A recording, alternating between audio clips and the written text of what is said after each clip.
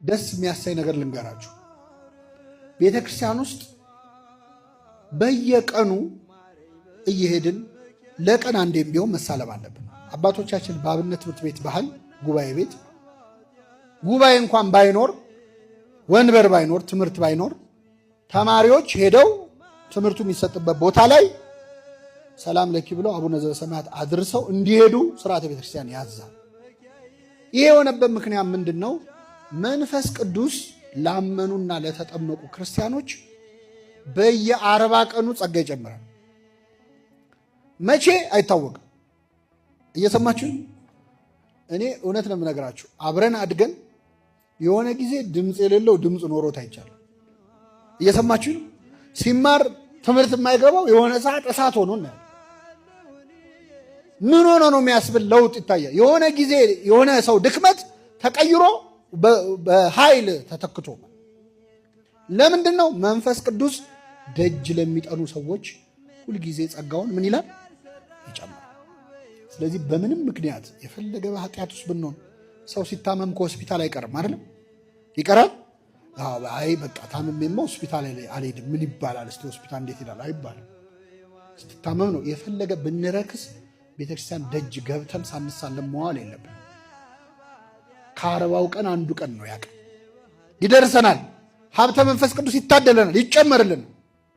ከዚህ በፊት ያልሰሩ ቅድም ያልናቸው ሪሞቱ ላይ ያሉ እንትኖች ከኛ ማንነት ውስጥ ያልተጠቀምንባቸው አቅሞቻችን ይወጣሉ። ጸጋ መንፈስ ቅዱስ ይጨመራል። ዕለት ዕለት በቤቴ መግቢያ የሚተጋ የደጄንም መድረክ የሚጠብቅ ይላል እኔን ያገኘ በረከት ያገኛል። ይሄ መጽሐፈ ምሳሌ ላይ ራሱ እግዚአብሔር ቃል የገባው ነው። ዕለት ዕለት በቤቴ መግቢያ የሚተጋ በእግዚአብሔር ቤት መምጣት ብቻ ራሱ የሚያስጨምረው ጸጋ አለ፣ የሚያስጨምረው ዋጋ አለ። እንዴት እድለኞች ናቸው 24 ሰዓት ቤተክርስቲያን የሚሉ ሰዎች አሉ።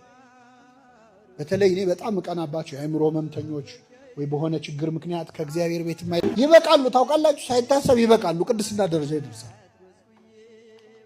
ከመላእክቱ ጋር አብሮ እንደመኖር ስለሆነ ማለት ነው። ለዚህ ነው ነቢየ እግዚአብሔር ዳዊት አቤቱ በቤትህ የሚኖሩ የተመሰገኑ ናቸው። እግዚአብሔር ቤት መኖር መቆየት ራሱ የራሱ ጸጋ የራሱ ዋጋ ስላለው ማለት ነው። ስለዚህ ይህንን ጾም በህይወታችን በቤተክርስቲያን ባለን አገልግሎት እግዚአብሔር በሰጠን ጸጋ የምንጠቀምበት እንዲሆን፣ በግል ህይወታችን ደግሞ ድክመቶቻችንንም ጥንካሬዎቻችንንም እናውቃቸዋለን። እስካሁን የህይወቱን ዓላማ ያለየ አቅጣጫውን ያለየ ሰው ይኖራል እኛ መሃል። ምንድን ነው እግዚአብሔር በእኔ የሚሰራው? የእኔ ጸጋ ምንድን ነው? ከሰው ጋር እያወዳደርክም መሰቃየት የለብም። እነገሌ እንዲሆኑ እኔ በቃ ከንቶኝ የቀረው ማለት የለብም።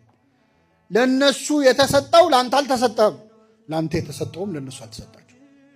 አንተን መሆን አይችሉም እነሱ፣ አንተ እነሱ መሆን አትችልም ብቻ አይደለም። ማንም ሰው አንተን ሊመስል የሚችል ሰው የለም። እግዚአብሔር የሰራው አንተን ብቻ ነው። የአንተን አይነት የማይደገምነን እያንዳንዳችን ለእግዚአብሔር። በዚህ ላይ ደግሞ በ40 በ80 ቀናችን ጸጋ መንፈስ ቅዱስ ተሰጥቶናል የማይለየን። አሁን አንዳንዴ በጣም ኃጢአታችን ሲበዛ እውነት አሁን እኔ እንደው መንፈስ ቅዱስ አለብኝ ልንል እንችላለን። ተለይቶን አያውቅ። መንፈስ ቅዱስ በርግብ አምሳል ለምን ወረደ የሚለውን አበው ሲተረጉሙ አንዱ ምክንያት ምንድን ነው?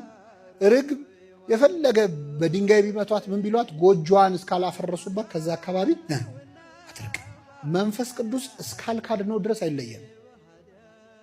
እንደው ማተብን በጥሳ የለም እግዚአብሔር እስካላልክ ድረስ የፈለገ በኃጢአት ብትቆሽሽ ይጠብቃል። መንፈስ ቅዱስ ንስሐ ስትገባ ይመለሳል። ቅዱስ መንፈስህን በእኔ ላይ ከእኔ ላይ አትውሰድብኝ፣ የማዳንህን ደስታ አስጠኛለ ነቢየ እግዚአብሔር ዳዊት።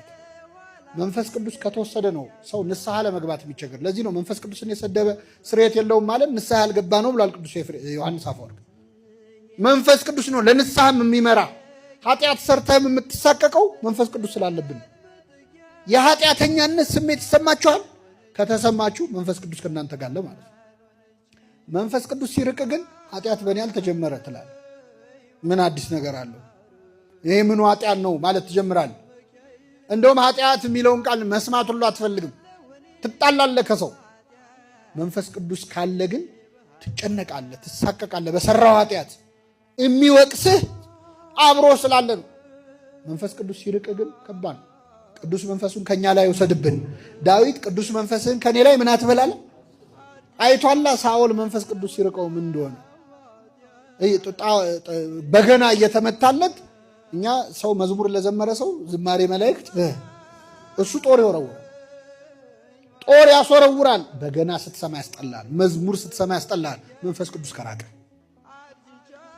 ጸጥ ያለ ጉባኤ አትወድም። ምንድነው አቀዘቀዙት እኮ ነው እንደምትለው ቅዥቅዥ ያረጋል። እርጋታ፣ ሰላም፣ ቅዳሴው አያልቅልህ። ዝምታ ይጮህብሃል። መንፈስ ቅዱስ ሲርቅማ ሲቀርብ ግን ሰላም ታገኛለህ። ቤተ ክርስቲያን የመንፈስ ቅዱስ ማደሪያ መሆኗን በዚያ እናውቅ። ምንም ባታረጉ ቤተ ክርስቲያን ሄዳችሁ ቁጭ ስትሉ ሰላም አታገኙ። ምንም ሳትል እኮ ድምፅ ሳታሰማ ሰላም የምትሰጥ ቤተ ክርስቲያን እኮ። ንፋሱ ነው ወይ ዛፉ ነው? የትኛው ዛፍ? በተለይ የአዲስ አበባ ቤተ ክርስቲያን መንፈስ ቅዱስ ነው። ጸጥ ሲያደርግ ይታወቃል። ቅዳሴው ላይ ያለውን ሰላም የት ታገኘዋል? ገብቶት አይደለም። አብዛኛው ሰው የሚያስቀድሰው ግዕዙን አውቆት አይደለም፣ ግን ነፍሱ ሰላም ታገኛለች። እረፍት፣ ሰላም ያገኛል። ለምን? መንፈስ እግዚአብሔር ስላለ። ስለዚህ ቅዱስ መንፈሱን ከኛ አያርቅብን።